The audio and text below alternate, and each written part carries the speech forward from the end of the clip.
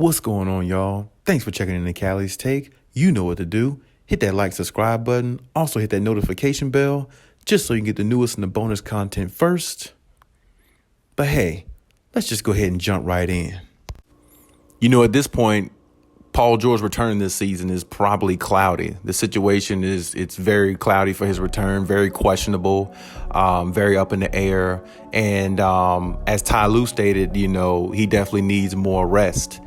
Paul George needs more rest in regards to resting his elbow that is injured at the time, UCL injury, which is very, very rare. One of those injuries that I feel like basketball players never really get because it's just one of those injuries that you always 99% of the time hear in baseball. And usually it's predominantly with the pitcher, the guy that's throwing the ball 100 miles an hour, trying to strike out the batter at the plate. So, and 99% of the time also when baseball players have to get the Tommy John surgery that is required for that UCL injury. A lot of times they don't come back the same. They don't come back with the same, gameplay. They don't come back as a superstar that they might have been before the injury occurred. It's just one of those things. Sometimes they do, sometimes they don't come back the same, but it's just one of those rare injuries that a lot of basketball players don't never really have, So Paul George is kind of in a peculiar situation because even though the reports, when you look at ESPN and everything, Paul George is saying he feels better, but feeling better and being able to play is two different things. So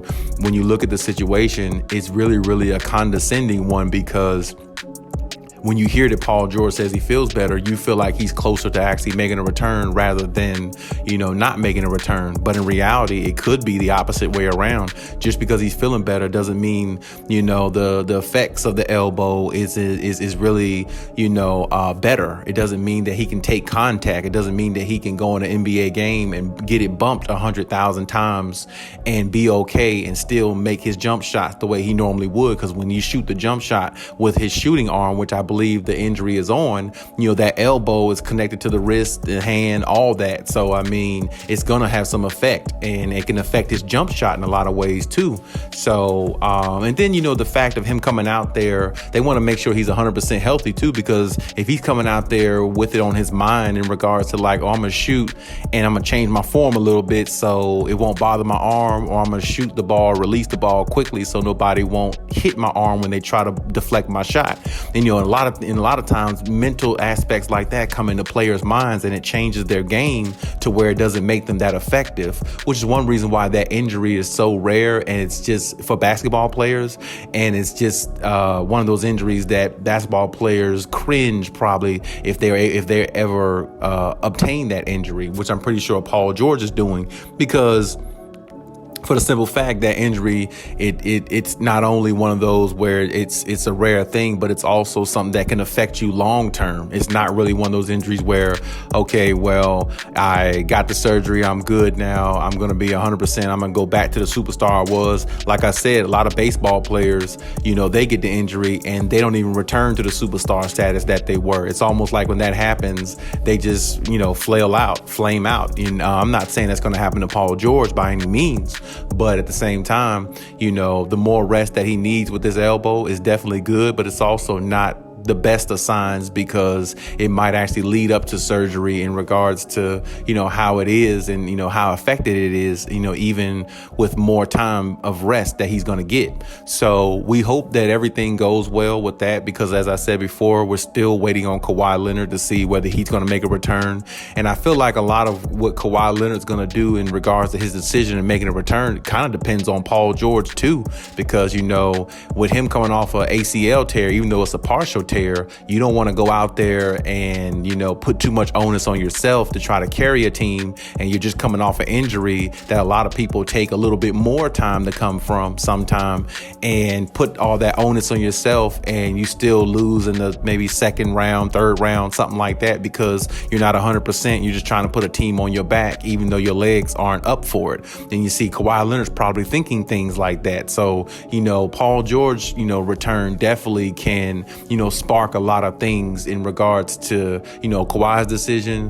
What do they do going forward? How are they, like what the game plan is, you see what I'm saying? So, it's it's really a bad situation for the Clippers to be in, because everybody's keeping their spirits high, things like that, and that's what you're supposed to do. You're supposed to keep your spirits high in regards to what the outcome is and everything. But you just hope that everything turns out for the best. But you still really just don't know. And maybe it's just a situation where they're resting Paul George a little bit more because they kind of feel like they can win some games, and they're looking at the schedule going forward and seeing how the schedule is pretty favorable for them. I think they actually play the Rockets one or two more times. They play the Lakers. They play the Wizards again. I'm saying they're playing some teams that they actually can beat. So, maybe they're just resting him a little bit more just to give him the rest he needs while the team just keeps, fighting and playing and winning the way they're doing, actually. So, definitely could be a situation like that, but at the same time, I know they're being extra precautious with that because, like I said, that can affect Paul George long term.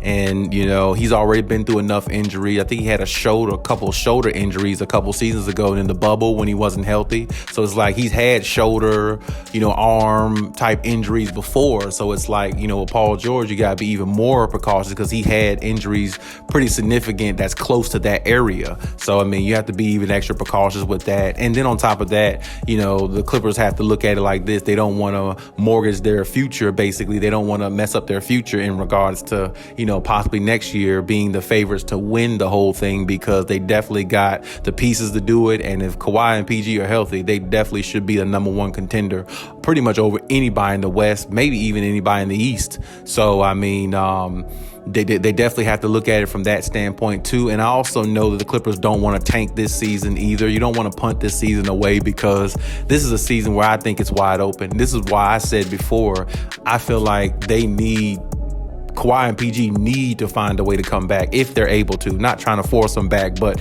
if they're able to, they definitely need to find a way to come back, because the West is wide open and really it's for the taking. And honestly, I don't see no team better than the Clippers if they're healthy, with the two star power players they have, along with the core that they have, the way they go out there and win every night. They just won the other night against the Lakers. Even though it was a nail biter, they stole the victory from the Lakers in a lot of people's mind, but it was a great steal because, it was going to be down to the wire and the better team prevailed. That's just the way it is. That's the way you got to look at it, whether you're a Clippers fan or not. You get the better team won, and that was the Clippers.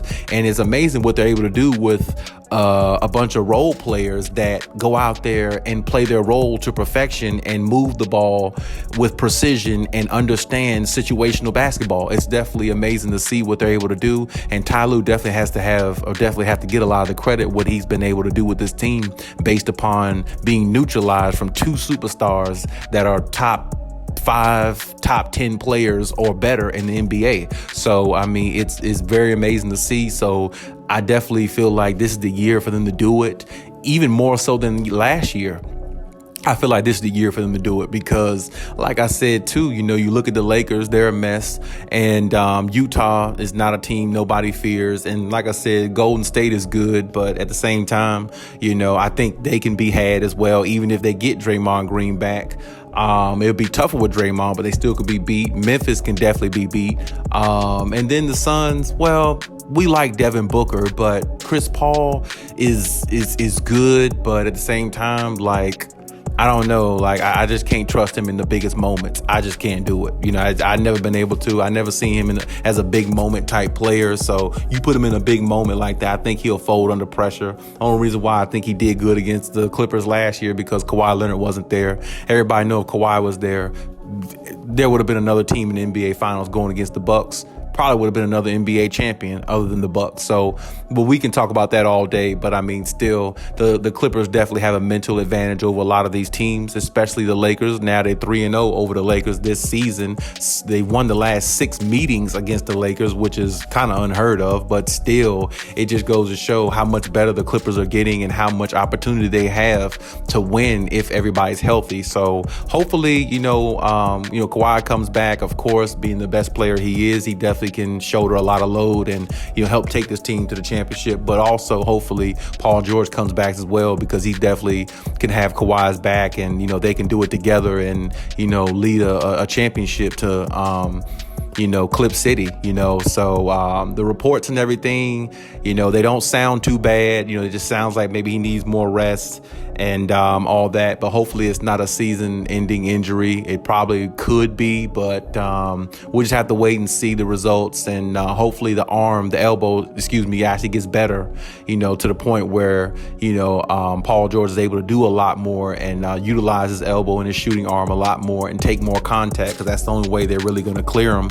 Any other way, they're not going to do it. So, it's just going to be, one of those situations where, we have to just wait and see how it goes. But hey, that's my take on everything. You leave any comments in the comment section as always. And hey, Khaliis out.